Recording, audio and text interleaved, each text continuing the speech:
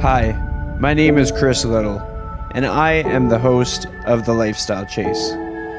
In 2018, I started this show to have meaningful conversations. I've interviewed over 100 different people, both in and out of the fitness industry. This podcast is something I'm incredibly proud of. Welcome to Season 4.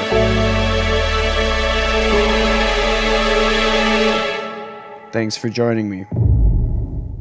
All right, so welcome to The Lifestyle Chase, and I have brought back a guest that was last on the show for February 6th, 2020. It's episode 98 if you want to go back. And the person that is on the show today is Jeb Stuart Johnston. And how are you on this fine day? Good. I didn't realize that the last time we talked was right before the world collapsed. Well, it's crazy just to look back on these because I've been bringing back a lot of guests, and a majority of them I last talked to on the show right before with no idea what was coming and no preparation. Yeah. So no, that's wild. What has essentially changed for you since that time? I know what's happened, but let's fill in the audience as to what's happened.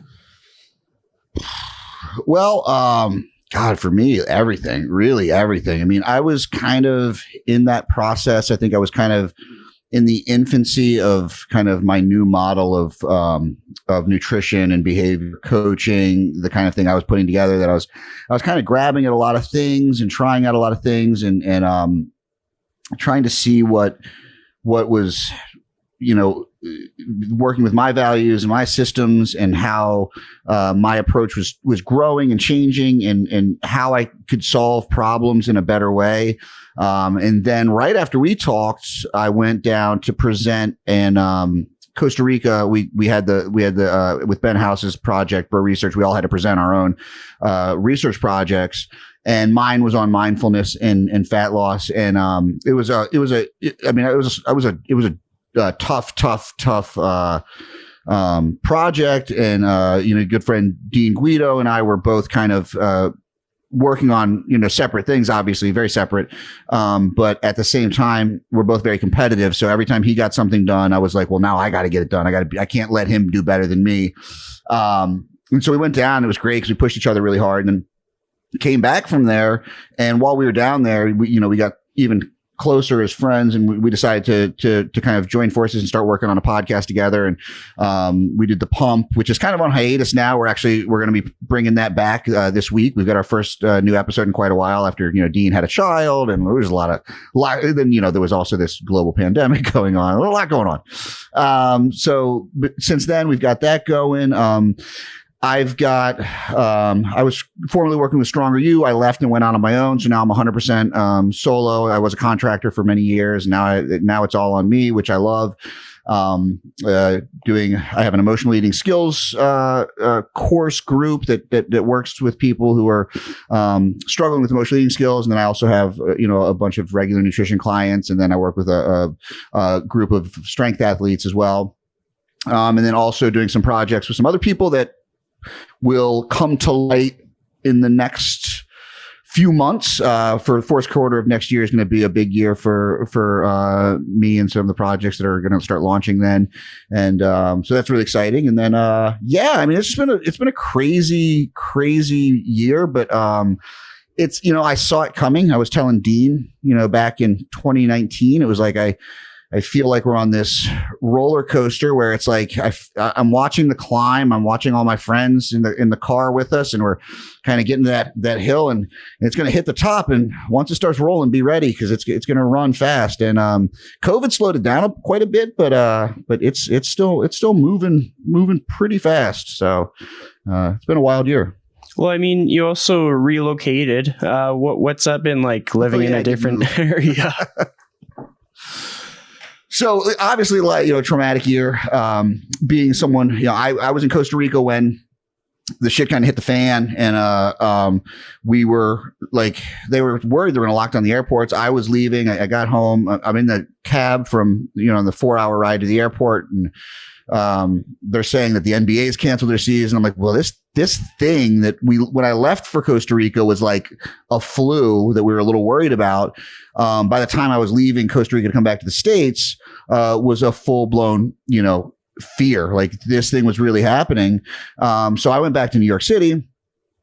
We obviously were the epicenter, and just got decimated. It was terrible. It was, a lot of people left. So I was in New York that I don't think anyone's ever experienced before this time. Maybe, and now because people couldn't leave in the 1800s when the Spanish flu came. So this is something that's probably never been experienced in New York, in that you could walk down Times Square and not see a single person. It was completely insane. It was unreal. You couldn't leave. Some people live in neighborhoods and places where they can walk around. We couldn't walk around outside without masks on. You were scared to go to the grocery store. You couldn't really get grocery deliveries. Like you'd wait up all night trying to get the Amazon delivery. If you got a window, you would just you would buy whatever they had. And it was a nightmare. Really, it's very traumatic. Like thinking back on it, 'cause, I can't even. It's almost like blocked out. It's very, very blurry, actually. And then my wife and I were both working from home in 600 square feet. And so we got to the point where we needed a break. We decided to rent a house in Charleston, South Carolina, because we were both working from home anyway. So we came down, rented a house here for a month. I have some friends from New York that had moved down here over the past, few years. And we loved the neighborhood we were in, and we went with a realtor and started looking at some houses and kind of impulse bought a house while we were down here, and then went home and figured out how we were going to move down. And I thought I was going to hate it, but my wife was really kind of struggling in New York at the time, and because of the pandemic and because of everything and not traveling and not seeing people. And so I kind of was like, if this is what we have to do, we have to do it, and came down, and I kind of love it. Like I never realized how stressed out I was until I left. And now I'm down here. I have a gym in my garage, and I've got my own office, and we got a puppy because we have this backyard, and we're 15 minutes from the beach. So I was at the beach pretty much every weekend this summer. And and then my friend Ben from Costa Rica moved to Asheville, which is about 4 hours away. So even during the pandemic, I drove up there a few times and hung out with him. And my dad's, over in Greensboro, North Carolina, which is also about 4 hours from here, which is nice. And he's thinking about buying a retirement home down here, which is lovely. And it's been awesome. Like I'm very adaptable though. So I grew up moving all over the place. So it doesn't take much for me. Well, it's been cool to see how things have kind of changed for friends in the industry, and like how you wouldn't necessarily like sign them up to have to go through the tough parts, but it's so good to see what came out of it. Like just to see people having maybe more balance or more, just more fulfillment in life. Like seeing you do a workout in your home gym is kind of cool, because a person can understand like that feeling of structure and comfort and happiness, and like actually enjoying the workout and reducing some of the stress factors and everything like that. Like what was it like as you kind of found your flow in your own home gym space? Well, during COVID, it was pretty important because I had my private studio in New York. So I kind of could go work out. I also had there was a cable station in my apartment complex. So, I was able to work out. My workouts were garbage, right? They were terrible. I'm looking back on those months, and like, I went in and worked out, but I wasn't really doing anything. Like it was just like going through the motions, which at the time that was fine. That was really all I had the capacity to do. And then when I came down here, South Carolina was not exactly, they don't push higher education here. So, there was not a lot of masks. There's not a lot of even, I don't know that they really believed that COVID was a thing. So I was not risking a public gym situation down here. At least not at first. And I'm not, like, the weird thing about all this is being in New York, I'm the kind of person like, I'm going to wear a mask going out. Like, of course I got vaccinated right away. Like I'm very much, I look at the evidence-based practices and I adhere to those. And I also do things to try to make other people comfortable. But I also, like, to be completely honest, like I kind of had that, like, okay, well, you know what? Like I'm not super worried. Like I'm probably, I could get this, but I'm not like super scared of, what could happen. I probably should have been more worried, but regardless, my wife was kind of nervous about it. So I just stayed home mostly and worked out here. And, it was great. Like I brought my studio down because I knew that COVID, like I wasn't gonna be able to buy equipment. So, I spent a lot of money to ship a lot of heavy, like a squat rack, all my barbells, my safety squat bar, my trap bar, my weights. I had a leg press hack squat that I brought down that I actually sold. And I just bought a commercial hack squat for my tiny gym. And then, so I've kind of swapped things since the COVID prices have dropped to normal again. But yeah, it was imperative to me because, I know that there's a lot of people that had to do like body weight stuff and if I'm being 100% honest, I'm just not going to do that. Like, I know me, like if I'm not in like, working to failure on heavy sets of like just kicking my ass, it's going to be really hard for me to find the desire to train. And, even though that's something I would preach to my clients, like, no, you can't be all or nothing, all this. Like, I just know me. And it's like, I'd probably go for walks. Maybe I would have started jogging or something, but I wasn't going to go out and do body weight squats and push-ups. Like, just, maybe I would do it for like a couple minutes and I'd be like, I'm done. So it was good. It was good to have that gym. I was able to kind of hit the things I needed to. And then I found this gym. It's about a half hour away. That's probably one of the best bodybuilding gyms I've ever encountered. And they keep buying new equipment. They're a private 24-hour gym. So I had like a key fob and got in like the founder's rate. And so I started training there and it was awesome. And so I kind of go back and forth. So it's kind of a supplemental thing for me. But, I'm probably going to end up building a bigger shed on my backyard and building basically a small commercial gym. Cause I like bodybuilding. Like I hate sport specific training. Like all my friends are, sports performance coaches and they try to get me to do I hate it. Like doing jumping lunges or Bulgarian squats or anything with a kettlebell is terrible for me. Like put me on a machine and let me just go to failure. That's my favorite stuff. So that's what I'll end up building a place with a bunch of machines and when I can, and that'll be my midlife crisis project.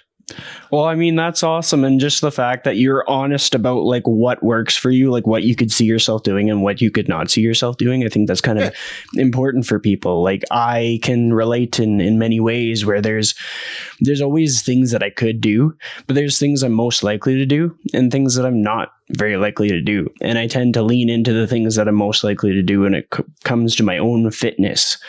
As I was preparing for this episode, I was going through some of your past articles and stuff that you got featured on your website. And something that got my attention was mindfulness with regards to nutrition. Because myself, I am big into just what mindfulness can do, but I didn't really realize how much of an impact it has until I was forced to from the pandemic.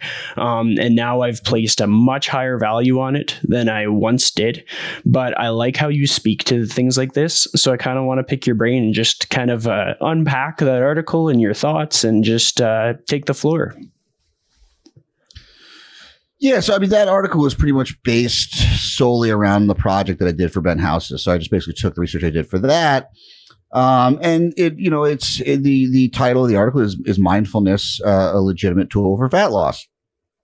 And the short answer is, against my own bias, was probably no. It's probably not super effective for fat loss. The reason being is if we look at of what mindfulness helps us to do, right? It can slow down our eating. That's great. If we're talking about guys who, and I'm going to stereotype a little bit, but having worked with, well over 1,000 nutrition clients, I can tell you people fall into, some buckets. Men tend to be the ones that eat fast. Women tend to eat a little bit slower. Applying a mindfulness or a mindful eating approach to someone who's already eating slowly, probably not going to negate a lot of stuff. Now, where it could be helpful. And again, so I'm talking with general populations here. So if you're just trying to go on a weight loss diet without any cognitive oversight, and when I say cognitive oversight, I'm referring to some type of dictate that says whether it's a meal plan or if it's a flexible template or if it's calorie counting or macro counting. If you don't have one of those things, it's going to be very difficult to quantify fat loss results, right? Because we can use a mindfulness approach and which is fantastic for weight maintenance, for increasing behavioral change.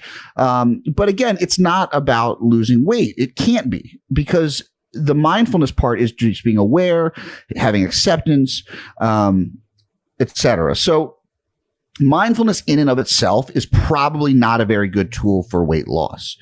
And that was my conclusion through this, by looking at the research, looking for mindfulness-based approach, looking through acceptance-based therapies, dialectical behavior therapy, acceptance and commitment therapy, some other mindfulness practices that were utilized in there, did not seem to show a marked effect on fat loss versus either no intervention or a basic nutritional intervention. And those basic nutritional interventions are basically like, they tell people to eat a low-fat diet. Like, that's it.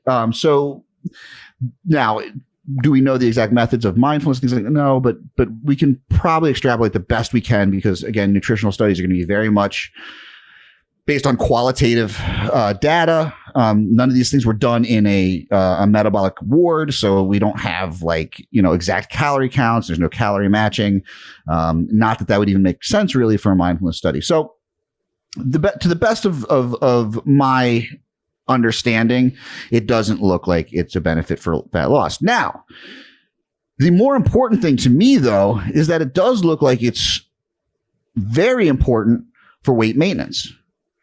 And weight loss is always the target, but being in this industry for a long time now, the target is actually the wrong target, right? Most nutrition programs and nutrition coaches and diet coaches and all these people, they'll help you lose weight, but done in a manner that is not effective long term.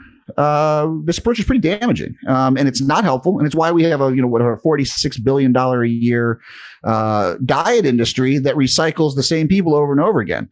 It's because people lose weight, gain it all back, generally losing muscle mass in the dieting process, gaining fat mass in the regain process. So they're actually a worse place in terms of adiposity afterwards. And so to me, the actual target now in my approach, in my practice, is about weight maintenance. So that mindfulness approach allows us the space to start to understand our behaviors, to start to have the awareness, to start to have the acceptance of where we are. And therefore we can use those tools to move us forward in that weight maintenance and understanding of how we can better our understanding within there. And a lot of that I'll utilize what I would call a values-based approach. We look just in the research of what does mindfulness do within the brain. It helps with myeliniation, which is habit formation. It has effects on the dorsolateral prefrontal cortex, which is how we learn behaviors. So there's a lot of pieces, both from a structural, biological, neuroscience standpoint, and from for lack of a better term, spiritual kind of side, where it allows people to feel more at peace and more in place. Mm-hmm. Well, I mean, that last part that you really spoke to resonates with me. It's kind of like how my role in the industry is more on the long-term journey rather than the changes so much. It's more about finding things that help you holistically or just throughout more of your life than just the gym. And something that I kind of wanted to dive a bit deeper on is just the emotional realm of nutrition and coaching and habits and all that stuff. How would one regulate their emotions when it comes to making choices and being mindful, etc.? What are your thoughts on that? I mean, emotional regulation is a cornerstone of what we work on in my emotional eating group. It's really a cornerstone of everything. And it's pretty complex, right? There's probably not a real simple, sorry, my dog is barking. Daisy! They're sleeping. My dog's just sitting on his bed, just barking at the window. There's probably nothing there. All good. So emotional regulation, just, it's pretty complex. But it comes down to we can utilize mindfulness practices to start to work towards emotional regulation. We can basically, we're going to always be working on creating space. And that's a term I'll use a lot because creating space allows us to start to look at what is factual versus what is feeling. And, I hate that in the last, couple years that this facts versus feelings thing has been co-opted by like total douche canoe, like guys who, talk about like, oh, if your facts don't care about your feelings. And those guys all are actually the most like people living in their feelings, just being angry and douchey. But from an empathetic standpoint, it can be very helpful to look at the facts of a situation. And so, I heard it put, and I can't remember who to attribute this to, so I apologize ahead of time. But if you were in a situation, and let's say police officer shows up and asks you to describe the scene of what just happened, right? You're in an argument or something, you call the cops, or your car wreck or whatever. And your car, let's say your car got hit by someone at a red light. And the cop says, so what happened? You're like, well, I was getting up this morning and my husband was just being unreasonable and treating me like, no. What happened? Well, last week I had the worst week and everyone was being mean. No. What happened? So often what we do, instead of discussing what is going on with us, we start talking about how we feel about a situation. And let's think about any kind of narrative, any kind of story that we tell. There's almost always a protagonist and an antagonist. And who are we in the story? Are we ever the bad guy? Of course not. We're always the good guy. So there's always some protagonist or antagonist that's just out there to get us. And we're narrative creatures. So we have to create a narrative around it. The narrative is never really about the facts. And so when people talk to themselves about their nutrition journeys or their fitness journeys, there's almost always a lot of blocks, a lot of justifications, a lot of resistance that's all based on things that are not factual. And so when someone says, I just can't lose weight, you say, well, you just told me that you've lost weight, you've lost 50 pounds 3 different occasions over the last 3 years. So that's not a factual statement. Well, I meant I can't keep it off. Well, you've kept it off for how long? And then you gained it back. So you can for a certain amount of time, right? Well, I just can't control myself around sugar. You just told me you went out last night and you were able to, have a meal and have a bite of that cake and that was enough and you felt good about it. So often we have this narrative that we tell ourselves that is based solely in an emotional reaction to something, a thought, a feeling, not necessarily a fact. So as we start to work on these things, we start to separate in our daily life our fact from fiction. We work on things like a pros and cons list, right? How does engaging this behavior help me? How does engaging this behavior harm me? How does not engaging this behavior help me? How does it harm me? Right? All of a sudden, we start to be able to take these things that are nebulous, floating ideas that can really be kind of weighing down upon us. We can break them down into realistic little bites. And as we start to do that more and more, and as we work on acceptance, right? The first key to all this, of course, is acceptance. We have to accept where we are in order to want to change. If we don't do that, we're just going to sit there and have a whole lot of I shoulda, and not going to be, this is where I am. Yeah, I could have started dieting 6 months ago and be in a different place, but I didn't. So it doesn't matter. Here's where I am. I am happy with myself where I am, but I would like to get better. I am content now, but I want to get better. That acceptance piece lets us move on. Then we start working on all these other pieces. As we do, we start to find that like when that thought or that emotion or that feeling comes up, does it have to lead to an action? Does it have to lead to a behavior? Because those behaviors and thoughts and emotion influence one another both ways, right? A thought can go to an emotion, can go to a behavior can go to an emotion to a thought, any of those things. So as we start to break those pieces down, we stop living in emotion. Instead, we can live for emotion, right? Because emotions are necessary. We need them. They're helpful. But we also need to live in a logical and fact-based life if we want to make changes, because we can't change ideas. Really, we have to change things that are facts, that are there, that are trackable, that are measurable, and then we can change our behaviors that go around with that.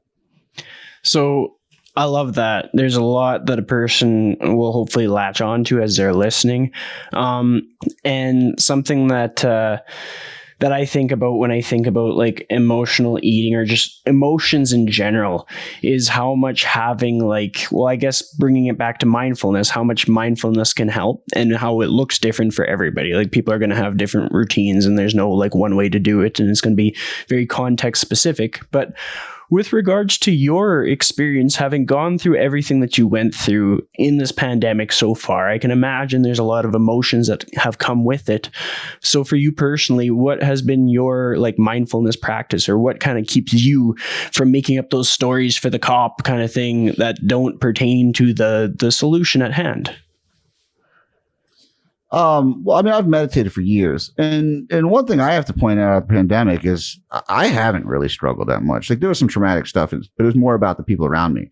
The pandemic is like fifth or sixth on the least of the least like dangerous things that I've been through. Like, I mean, a few years prior to that, we were in Puerto Rico when Sandy hit, and we got stranded there for weeks. I mean, I've been to rehab like 5 times, been to jail a bunch of times. At one point I was facing a 25-year prison sentence. Like, to me, the pandemic was like, yeah, great. I got to stay inside a little bit. Cool. Fine. Like, I mean, once you faced a 25-year prison sentence, like a year in your own house is not that bad. So like, I have to put that out there. Like, it was not that hard for me. But I've practiced meditation for years. Got pretty involved in a rehab I was in about 10 years ago in Pennsylvania. I spent 4 months in a rehab facility there. And I was there with a guy who was a pretty heavy practitioner of Shambhala. And I was kind of delving into it. Like I had read a lot of Zen, and when I was like 17, I had read Siddhartha by Hermann Hesse, and that started me down that kind of path of exploring mindfulness, because I was big into psychedelics up to that point. So like, I know psychedelics are a big thing again. Like this is back in the 90s. I ran through them all. So I was, really into that, exploring other kind of parts of the mind. And mindfulness meditation, to me, has always it's very similar to psychedelic experiences. It allows me to tap into a part of the psyche maybe that's not there now. Perhaps my extensive use of psychedelics earlier in life allows that to occur, which I think is probably a pretty valid observation. But that mindfulness practice is always carried through. So I meditate. I mean, I've got my little meditation, my Zufu here, my little pillow, and I try to stretch one foot over a knee because I'm so inflexible. That's my real challenge, is sitting and not like having everything just hurt after 10 minutes. But that lifting is, to me, that's a practice of mindfulness. I'm 100% present. Now that I've been able to get back to jiu-jitsu is, I mean, there's nothing you can be mindless and try to not be present in the moment when someone is trying to choke you unconscious. And I guarantee you'll come back in the moment pretty quickly. Like, it's amazing how fast that simulated death brings you into the moment. So jiu-jitsu is a great one for me. It's talk about ego depletion. Like that it's been one of the best kind of forces in my life. Obviously, it was missing for a long period of COVID. But yeah, I mean, those are the things. And I'm a pretty even dude now. Like, I mean, I used to not be at all. I mean, I'm a very, very different person than I was, even 10 years ago, but like, especially like 20 years ago. I mean, 20 years ago, I was a, goddamn animal. I'm totally emotional. Like it was only one, it was like 0 to 100, and it was almost always anger. But ruled by emotion. Like, and now I'm pretty far from that. And I credit meditation to a lot of that, but it's also just getting older too. Like, and the influence of my wife and being sober, honestly, being sober, like that's a big one for me. I don't push that on anyone else, but for me, alcohol is just not something that works for me. And so I don't drink anymore. And that's probably been, actually, I can't say that. I think not drinking is the number one thing. That's the one thing I just live by is I can't drink. As long as I don't drink, I'm pretty good. Like my life is in pretty good shape. And the cool thing too is about like this pandemic and all these things, like I've had periods where I've made a ton of money. I've had periods, I've been bankrupt. Like I said, I've been to jail. I've been totally broke, and not one of those situations had made me happy or unhappy. It's just where I am in that time. And knowing that, like if I lost everything tomorrow and like, still had my wife, my dogs, like, I'll find a place to live and I'll, bust tables or I'll find something to do and be okay. Like I'm not above that. And so having that kind of grounding to me, it makes it all easy. It just, I think, I'm a little bit of maybe not really a nihilist, but I think a lot of us are so self-important and worried about clawing on to whatever the little stuff we have that we get lost in the actual purpose of what's going on. Well, all the additional context that you dropped there is pretty important because I think for a person that's just getting to know you, they're not going to know how much you've had happen in your life. They're not going to know that you used to cut people's hair or your entry into the fitness industry or your musician background. So with that being said, I hope people go listen to the first episode that you were on just to kind of get a bit more backstory and listen to the shows that you've been on aside from the Lifestyle Chase. Like that's something that I've done that I found to be very interesting and cool because like every single episode you're on, you have a new story to bust out because it's just endless life experiences. Yeah.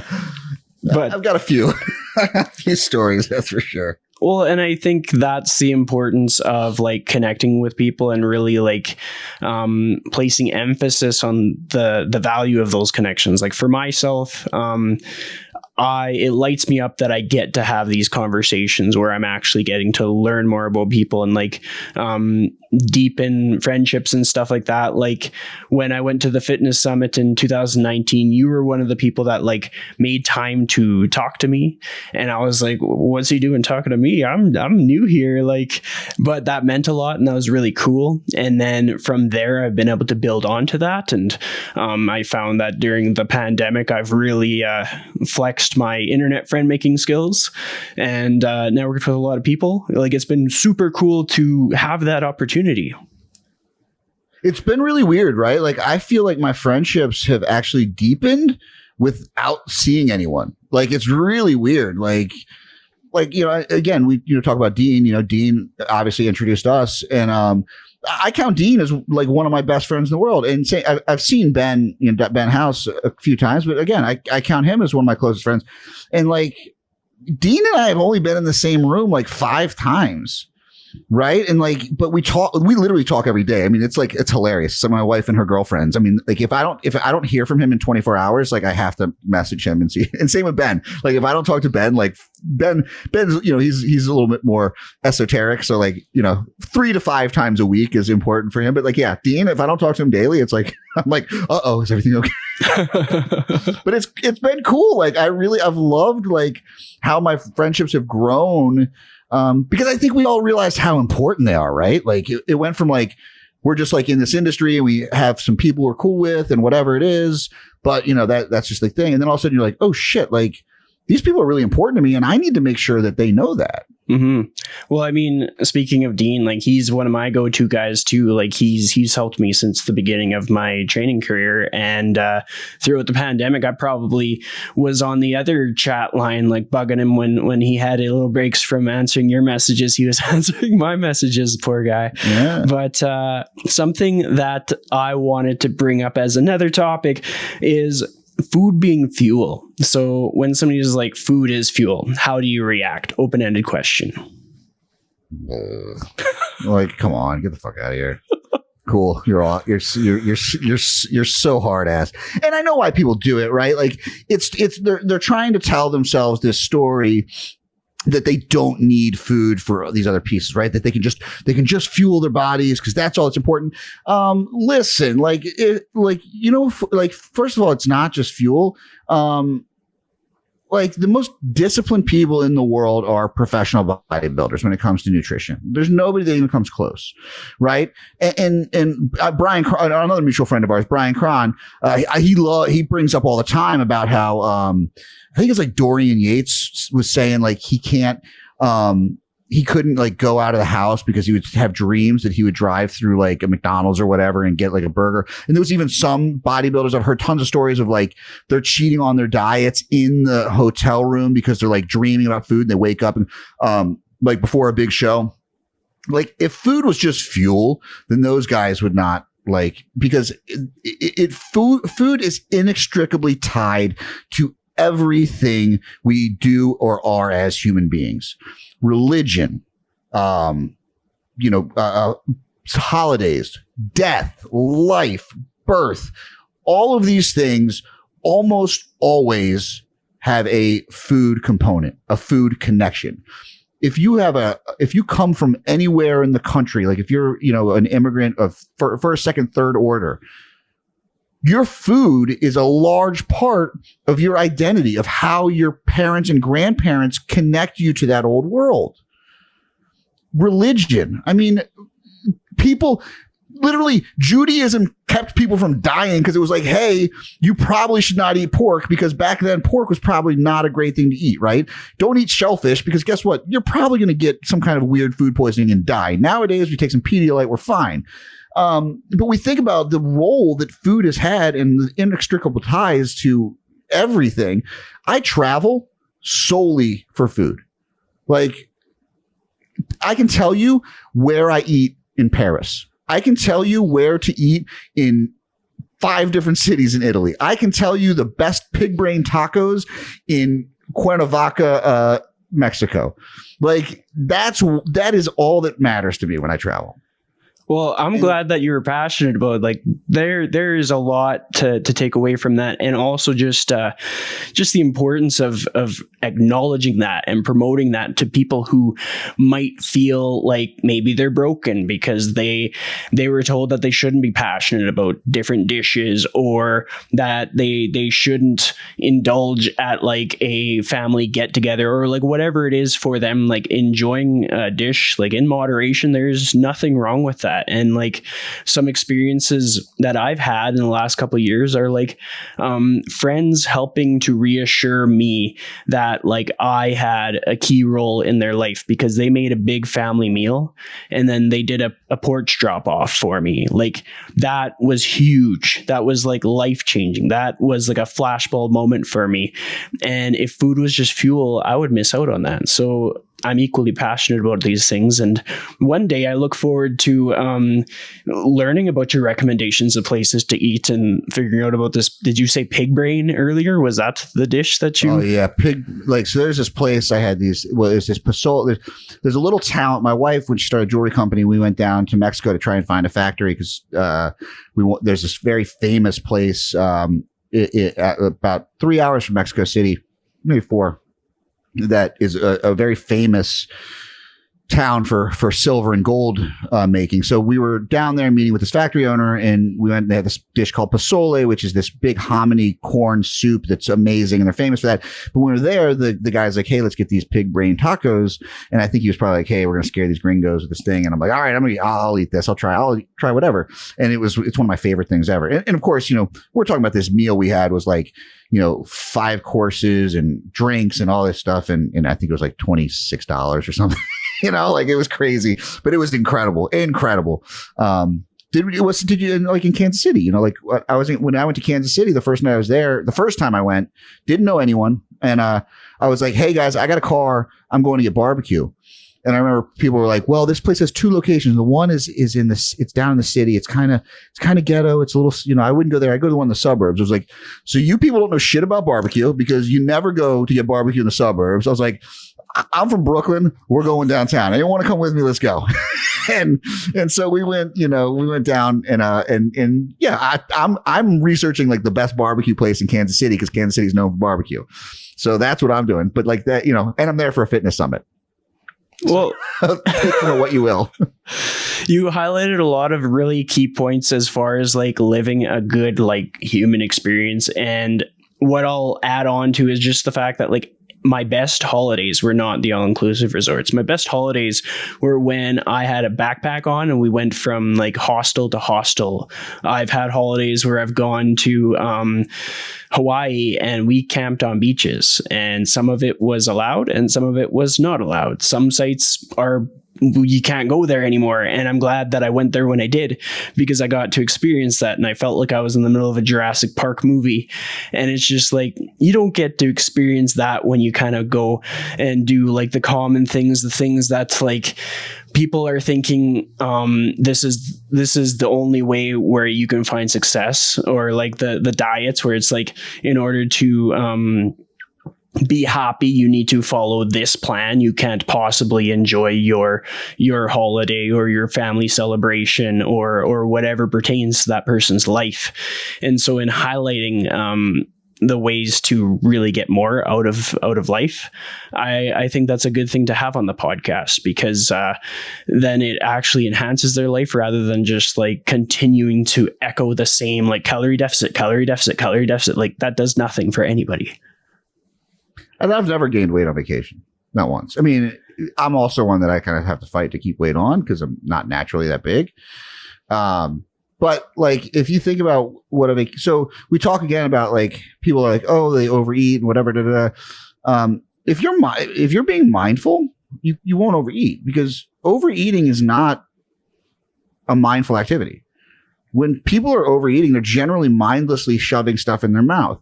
If you're taking time to explore flavors, if you're taking time to explore the scent, if you're taking time to immerse yourself in a cultural experience of eating a meal in a different country that maybe has roots that go back 3,000 or 4,000 years, you're not going to mindlessly eat a bunch of crap and feel terrible afterwards. You're like, and the very interesting thing, and I found this in my research on mindfulness, was that we associate hedonic desire with impulsivity or lack of control. It's actually quite the opposite. When you are really immersed in the hedonic portions of food, meaning that explosion of flavor, the sense, really taking the entirety of the situation in from a sensory standpoint, you're not going to be impulsive. You're actually going to be mindful, and you're going to take that time because you're taking time with food. So being in that experience, and then, tip of the hat to Dean's project, you're going to probably be getting like 20,000 steps a day when you're traveling. So you're probably fine. I hate when I see people, and again, hey, if you like all-inclusive resorts or cruises, that's cool, but like, you're probably going to be pretty sedentary. You're probably going to drink way too much, and you're probably going to eat food that's not really that great, but it's just free. So like, that's why I'll never do it. Cause like, I'm going to go to restaurants anyways. I'm not going to stay on the thing. And I don't drink. So it's wasted money for me. But I think a lot of times part of the problem with holidays is people are so stressed out. They drink their face off and eat a bunch of mediocre food because they're just trying to de-stress, and they come back feeling worse. And the purpose of a holiday is to get rid of that, to leave that shit at home, go down there, enjoy yourself wherever you're going, and then come back refreshed so you can kind of have some vigor. Mm-hmm. Well, I mean, I've always looked at like, I've often referred to my short little trips that maybe I drive to the mountains or something. I call them vision quests, because I'm often going there to be mindful in some sense, like going on a long ass walk, or just processing things that are going on in my life and really breaking it down into, like, you talked about the pros and cons list. Like, I'll kind of go through the pros and the cons of what I'm going through and what I have control of to create a change. Like, I once went on a walk to the mountain, like in the mountains, drove there. And throughout that, I realized that like to start being a trainer wasn't nearly as complicated as what I made it out to be. Like, it facilitated career changes for me. And the most productive trips like that I did were the ones where I didn't really have any alcohol. Like, I might have had a few samples at like a brewery, but it wasn't an overindulgence. It wasn't a party. It wasn't to numb the thoughts in my head. I leaned into the thoughts and enjoyed them. That's the key. But there's nothing wrong with alcohol, right? Mm-hmm. But it's same with food. There's nothing wrong with food. But if you're using it as a coping mechanism, there might be something to look at there. If you're using it to numb thoughts or like to get you away, if you're using it to escape, well, unfortunately, we don't escape, right? Because the booze wears off and we're still there. Same with the food. And I know that there's people out there who are going to try and argue with me about the differences that food is not addictive, because people don't understand that addiction is actually a behavioral issue, and dependency is the physiological issue. So when we look to things like cocaine, there is no physical withdrawal. It's 100% emotional and mental. So in that vein is like, does that mean cocaine is not addictive? Because guess what? You withdraw from alcohol or benzos, you die, right? If it's serious enough. Heroin, you get really sick. Cocaine, you're going to be really shitty and you're going to be in a bad mood. The behavioral implications that occur with people who have maybe binge eating disorder, who have a gambling problem, who have a, sex addiction, they look exactly like alcohol and drugs look from a behavioral aspect. And I can tell you from personal experience, like I said, I've been to 5 rehabs. I've been to a few detoxes. I've been to jails. I work with a lot of people, and I look at the behaviors and I look at the patterns, and the food looks exactly like my story. Unfortunately, you just don't, there's not as many negative connotations because you're not drinking and driving or doing, committing crimes or being violent. But the cool thing for me is I don't drink. My solution. Someone who has a food problem, guess what? Still got to eat. So, and again, I think the fitness industry in general is full of people that don't have a lot of understanding of anything outside of their very tiny bubble. And so say things that I think are stupid, like food's not addictive, because they don't actually understand what addiction is from a behavioral aspect. And, I get a lot of shit for that, but I don't really care. But it's filled with people that are 22 and just get through on will and think that they're special. And, that changes over time. Well, I mean, to add some context to probably why I gravitate towards your content so much, like when I was a kid, I was active. We had a long driveway. I'd get lots of steps. I grew up in the country, so I could get away with a lot of just essentially binge eating. I would come home from school and have 3 pudding cups, 8 granola bars, and 8 brownies. My mom would bake goods all the time. Emotional eating has always been a thing for me. If I feel sad or upset, I turn to emotional eating, mindless eating, all these things. And so going into the fitness industry with this as my background has made me much more emotionally intelligent and empathetic to people who struggle with it, where I'm not going to waste any time telling them that food is fuel or to get into a calorie deficit because of my background and my experiences and how hard I know it is. And just to give credit to the content that you put out, you talk about the importance of community. And that's what kind of drew me towards the spin community, because I found like-minded people. And then I went from that and I leaned more into the trainer community. And throughout the pandemic, I created a community of trainers and people on my podcast. And I lean on that all the time.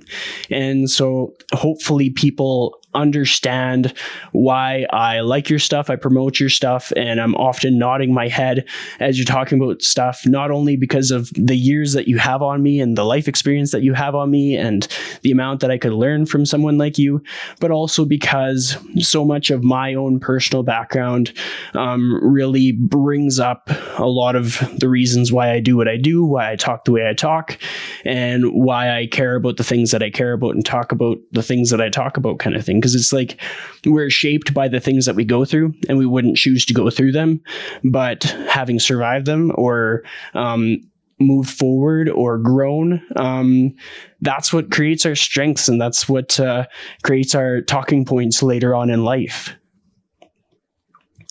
Yeah, totally. And I'm one that I'm pretty sure if most people if we lined up life experience, there's some cool things there that I would, but I think most people would probably not take mine, but I wouldn't trade it for the world.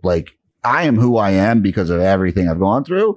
And I'm appreciative of that. Like it's, like, does it suck that I don't even know it sucks. Like, because I can't drink. Like, yeah, I mean, like, I loved good wine. But I just know that I can't have it. So guess what? Tough shit. Like, there's a lot worse things I could deal with. But I'm thankful for all of the struggles, the tribulations, because like I am who I am because of it, and I'm happy with who I am. And I think that's a big part of it. And I think a lot of times people confuse. I'm super empathetic, and my social media presence, like Dean always laughs. He's like, everyone thinks you're like, Yoda and like all chill. And he's like, you're a goddamn psycho. And I'm like, yeah, I totally am. Like every once in a while, someone will come on my post and, make some bullshit kind of aggressive thing toward, especially my big sore spot is kind of picking on people that can't defend themselves. It always has been. When I was a kid, I used to like beat up bullies. Like I was a small kid, but like bullies would pick on some other small kid and I just punch him in the mouth. Like that was my thing. And I always did. But like, that's my thing. So if someone comes on like one of my posts and basically implies in any way, shape or form that overweight people are lazy or anything like that, like I'm a pit bull. Like I will go to the jugular, and like people are like, Jesus, you're an aggressive like psycho. I'm like, you're right. Like don't confuse my kindness for weakness. Like I don't ever want that to come across. Like understand who I am and where I come from, because you're going to get that guy. Because I am looking to protect these people who I see as fragile right now that have a lot of strength. And I want them to be able to express that. And I don't want some, jackass 22-year-old kid who thinks that discipline is greater than motivation because he listened to Jocko Willink on how to be a man coming in and talking to someone. And especially when they're like, fat people are lazy. I'm like, that's funny because I have overweight clients who make like $15 million a year. Are they lazy? Well, how much do you make? You're in your parents' basement, you make 15 grand a year. So are you the lazy one? Like, no, I'm in shape. I was like, oh, that's the factor. Okay. All right, cool. And so I'll get really, I'll get aggressive with that. Because that's the one thing I do not tolerate. Well, I mean, but for the most part, I love that. That's awesome. Like that, the world needs more of that, because otherwise it's just we're spinning our wheels and getting nowhere, and people aren't getting sometimes the brutal blunt help that they need. Sometimes they just need a friend in their corner. Sometimes they just need someone that, as you said, just sees the strength, sees what could be, and fosters it, nurtures it, like protects it, kind of thing. I'm always going to advocate for my people, like, and especially because I understand the complexities of obesity. It's this, and again, and a lot of this probably my own bias, right? Being an alcoholic, the views on alcohol and drugs are very different now than when the first time I went to rehab. Like I saw it as a moral failing. I thought I just wasn't strong enough. I thought I wasn't disciplined enough. No one in my life would ever say that I'm like I'm like borderline. I am definitely not borderline. I actually am obsessive compulsive disorder. I have that. In that, like, I am very regimented. Like I am quote unquote very disciplined, but I couldn't stop drinking. Couldn't do it. I mean, we're talking, it took me 20 plus years, right? From the first time I tried to quit. And I see people who are the same way with food. And so I am not going to let someone say that this is a moral failing, because it's not. There's so many things that go into that. And this implication within the fitness industry that if someone was just, good, or if they weren't being lazy, or if they just would, cook their food at home or do all these things. First of all, that's the lazy view. That to me is the lazy person. And it's a fitness professional saying, it's easy to, cook healthy, or it's easy to do this. It's easy to do that. It's not easy. It's not easy. If you're a single mom working 3 jobs, or, like I said, my clientele is all way more educated than me, way wealthier than me, way smarter than me. And they struggle with these things that I can manage to do. Right. Mm-hmm. Mom might make, $1.2 million a year in finance, but she's still working 15 hours a day trying to give her kids the life that they want. Right. Well, like there's a lot of context there for people to draw from and for people to kind of understand why like the minutia of life matters, like why it's important to really learn about the people you're working with.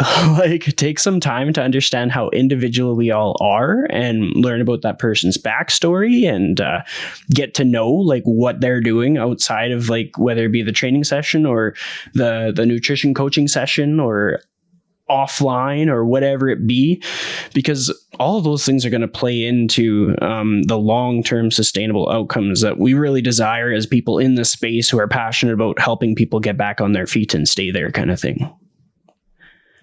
And to me, like I take it as a responsibility of me to help educate other people in the industry. I think I found a very solid, for lack of a better term, tribe. I don't have a big circle of people I trust with gaining information from. It's very limited. And I have gatekeepers that kind of let me know what information is good and bad. I'm very lucky in that aspect.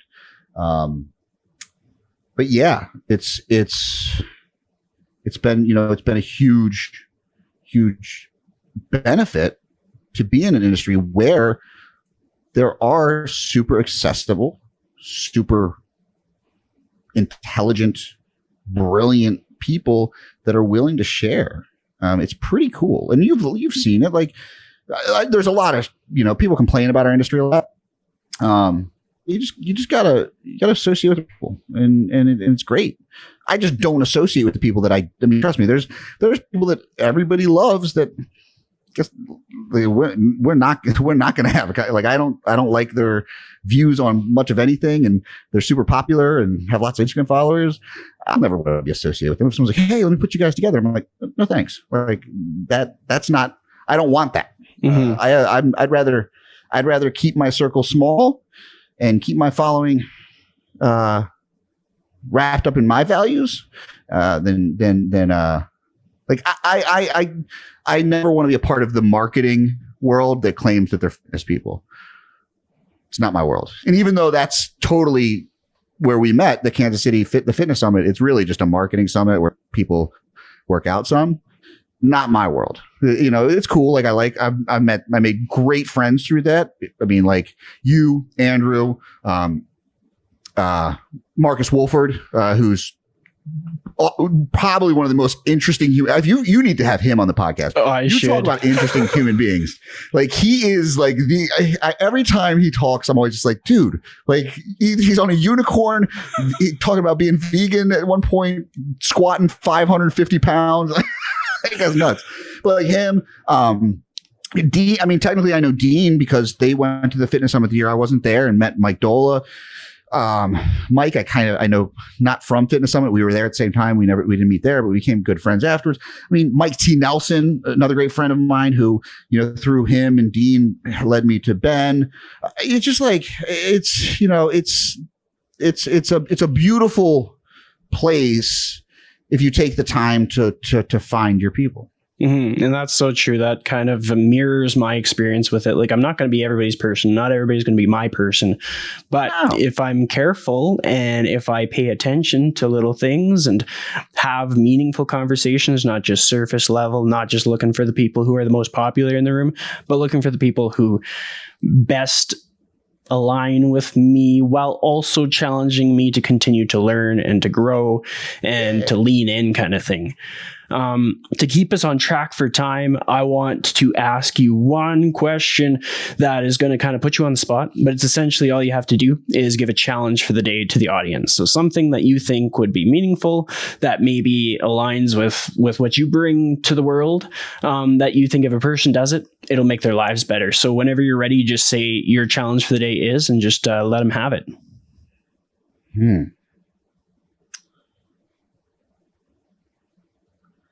Your challenge for the day is to figure out what your priority is, your number one value. And remember, like losing weight's not a value. Like, I would look up James Clear has a really good thing on his website. If you search James Clear values, I kind of stole his to use for my clients because it's a good exhaustive list. Find a value on there, find a priority, and see if that actually lines up with how you're living your life. I have, if you go to my Instagram, you can see it. Also, if you look up values and food on the mind values, you can see it as well. I have something called a values-based action plan that I have all my clients do, and it's basically how to get your actions, your behaviors to align with your values. If you can align your actions and behaviors with your values, smooth sailing. Everything's easy because it's really easy to make a values-based decision, because it'll always be the right one. Can't be wrong if it aligns with your values. I think that's important, and I hope people actually do that. And I'll make it easy for them by adding all the links to your social media, your website, everything into the episode description. So if people are thinking, I'm going to go do that, they better go and click on it and action that. But with that being said, I'd like to thank you so much for making time for me today and having this awesome conversation. So thanks for coming back on the show. Yeah, man, it's great to talk to you again. Thanks, buddy.